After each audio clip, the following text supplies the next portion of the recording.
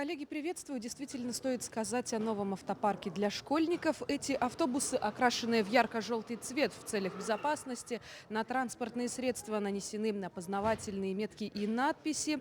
Автобусы адаптированы под северные условия. Ну а более подробно о новом автопарке нам рассказала исполняющая обязанности министра образования и науки Республики Саха-Якутия Ирина Любимова. Предлагаем послушать.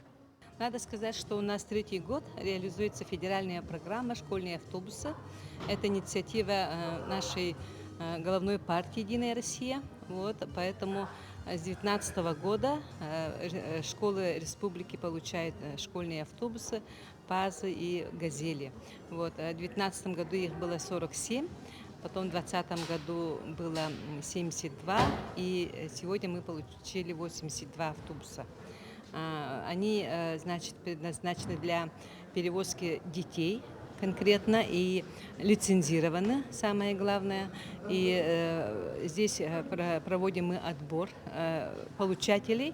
Не все школы могут получить, потому что есть условия, чтобы был обязательно подвоз детей в организации образовательного процесса и должны соответствовать технические условия содержания автобусов. Это, во-первых, это и водители такой категории, которые требуются, и наличие гаражей и так далее. Поэтому школьные автобусы они получают школы конкретно и, конечно, потом проходят процедуру лицензирования перевозки детей. Второй год уже у нас северный вариант, поэтому те «Газели», которые сегодня мы даем северным районам, они соответствуют под именно арктические условия. Муниципальное образование школы все определены. Они в основном все районы получают, но количество разное, так как не все отвечают тем условиям, о которых я говорила.